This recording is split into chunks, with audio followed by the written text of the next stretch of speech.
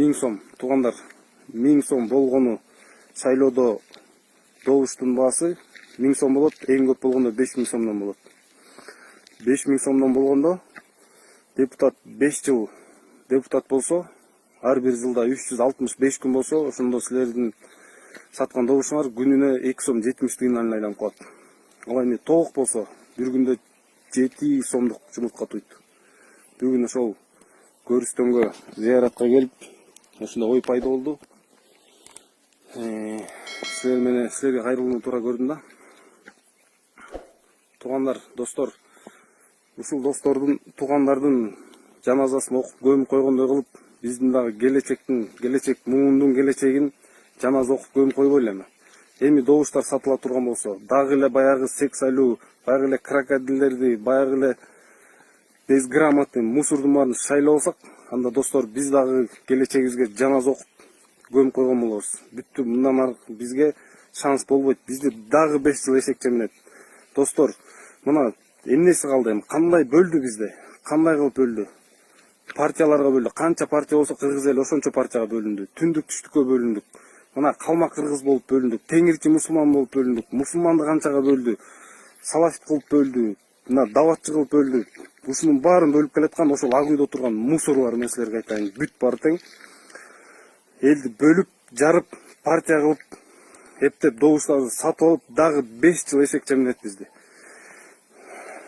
Туугандар, силерге кайрылып коеюн. Ушул шайлоодо ойлонуп добуш берели. Эч кимибиз добушту сатпайлы, чыккынчылык кылбайлычы, өзүбүздүн келечегибизге чыккынчылык кылбайлычы. Анан кайра эле баягы мамлекетти тоногондордун, коррупционерлердин, ууру кескилердин баарын кайра шайлап албайлы, билебиз да кимдин ким экенин. Баарыбыз билип бүттүк. Мамлекетти ушул деңгээлге, ушул акыбалга ким келип алып келип, ушундай деңгээлге жеткизип койгонун баарыбыз билебиз. Качанкага чейин эми мигрант болуп жүрө беребиз. Ушул кабырдан туруп кайрылганымдын дагы бир себеби, эсиңерге салып коеюн.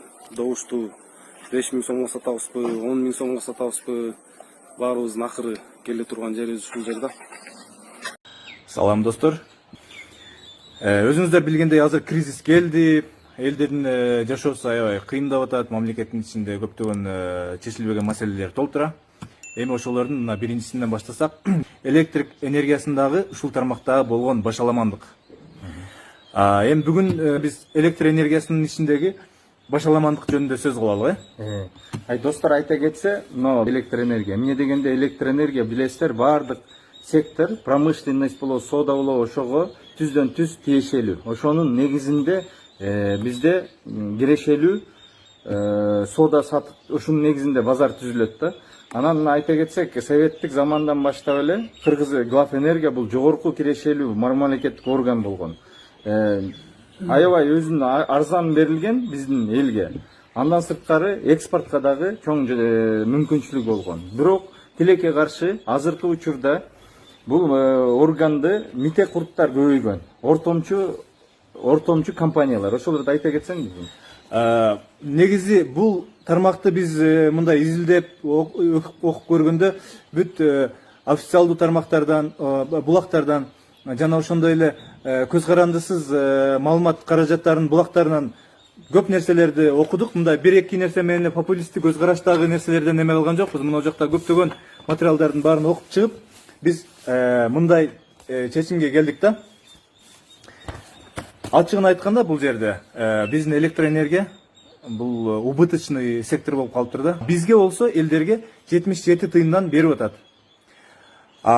Ортомчуларга булар 57 тыйындан, 52 тыйындан, 41 тыйындан, 54 тыйындан, 47 тыйындан, 35 тыйындан, орточо 22 тыйындан, башкача айтканда орточо эсеп менен 30-35 тыйындан берилет. 30-35 тыйындан берилип атыптыр.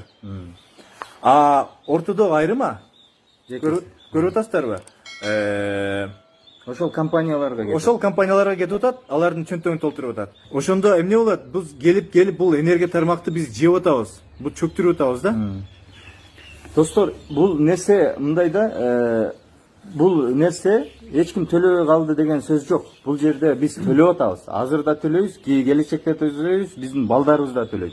Бирок кантип төлөйт? Кредит менен төлөнүп келатат, достор. Азыркы биздин энергия секторубуз бул болсо миллиардтаган карызга баткан предприятие болуп калган да.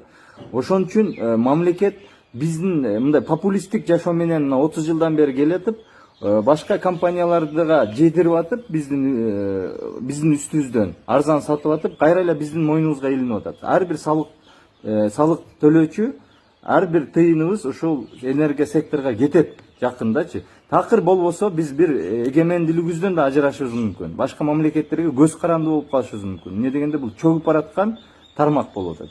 Эгерде бере албай калсак, анда суверенитеттен баш тартабыз деген жери бар да.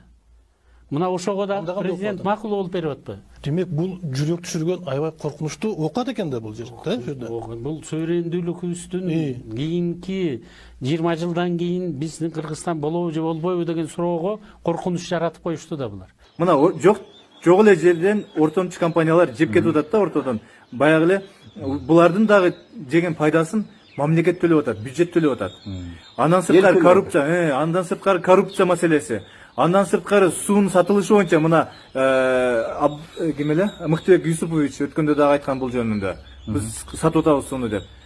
Достор, мына ортомчу компанияларга келгенде бул жерде мына атын айта кетишибиз керек. Ар бир 30-35 тыйындан орто эсеп менен алып аткандардын эң чоң компаниялары бул Восток Электро, Ош Электро, Жалал-Абад Электро, анан Осо Ак Тулпар, электрический станция, Шерой, Аскар Энерго, Бекстрой Плюс, Сибэлектрошит, Азия, Запуск, Диамет. Бул компаниялардын бардыгы артында чоң лобби турат. Ошол эле өкмөттө иштеп аткан, же болбосо парламентте отурган чоң мамлекеттик чиновниктер ушуларды лоббировать этип отуруп, буларга ушундай тариф коюп берип койгон. Бирок тарифтен сырткаркы электр энергиянын өздүк баасын элге илип атышат. Салык төлөөчүлөргө илип атат. Азыр косвенно илип атат. Через банк илип атат. Банк аркылуу кредиттерди алып ушул секторго киргизип атат. Бирок проценттер менен основной карызды кайра эле ким төлөйт? Эл төлөйт. Эл төлөй албаса эмне кылат? Мен айткандай эле буну бир эгемендүүлүктүн бир жерибиз менен же башка бир нерсебиз менен төлөшүбүз керек болот. Достор, дагы бир жолу айта кетсек, бул электр сектордун эки тарабы бар. Бул экономический жагын көпчүлүк азыр басымдык кылып атабыз, бирок бул социалдык жагы дагы бар. Социалдык жагына караганда Союздан баштап мына жерде айтып атпайбызбы? 4-6 тыйындан эле чыкчы гэстен.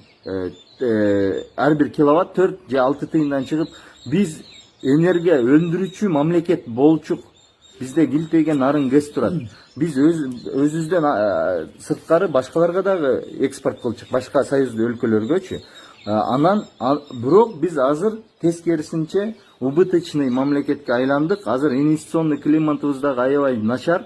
Буну бизди мониторинг кылган эл аралык банктар бизге бул секторго акча бөлүнбөгөнүн дагы айтып келатышат. Бөлүнбөй турганын. Эмне дегенде биз эл төлөбөйт экен. 70 тыйындан 77 тыйындан бул мировой даражада караганда, эл аралык даражада эң арзан. Мындай болбош керек деп атышат. Алар экономисттер туура айтып атат бир жагынан. Бирок социалдык жагын айтканда, биз социалдык мамлекетпиз. Өзүбүздө гэс туруп, ушундай гидроэлектростанциябыз турат. Бирок эмне үчүн биз анча төлөшүбүз керек деген суроо жаралып атат. Ошону төлөбөш үчүн биз инфраструктураны убагында кылып, же болбосо келечекке дагы салым кошушубуз керек эле.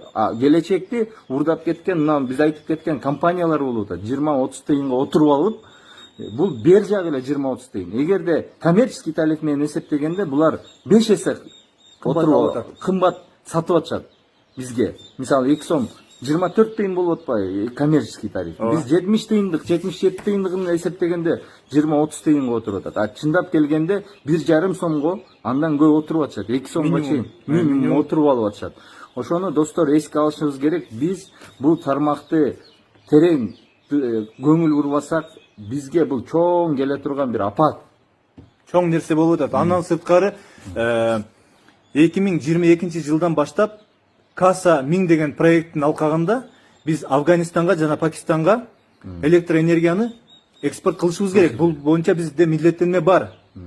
Бирок биз эмне кылып атабыз? Мына былтыртан бери кайра биз импорт кылып атабыз. Мына быйыл 1 миллиард киловаттка чейин импорт кыла турган пландалып атат. Анын 300 миллиону мына Казакстан менен уже келишимге жетиштик деп атат. Достор, айта кетели, мына ортомчу компаниялар бул мите курттар. Бунун артында ким турганын силер мына эл үнү деп биз баштап бердик. Калган биздин ошол катышуучулар, ошо бизге көмөктөштөр, ушунун артында ким турганын баарын чыгарышыбыз керек. Ошондо билинет. Ким жеп атат, каяка офшорлорго компанияларына же башка жака мүлктөрүн чыгарып кетип атат. Каражатты мына бизден урдалган акчаны мына үстөк 30-20 сомдон отуруп алыш, тыйындан отуруп алышып, миллиондогон, миллиард деген акчаларды чыгарып кетип атышат. Мына ушул схеманы жок кылышыбыз керек. Бул схеманы жок кылганда деле проблеманын жарымы чечилет. Андан сырткары башка нерселер элдерге бир кыйла жеңилдик болот, анан башка да нерселерди жасашыбыз керек, көп нерселерди. Рахмат.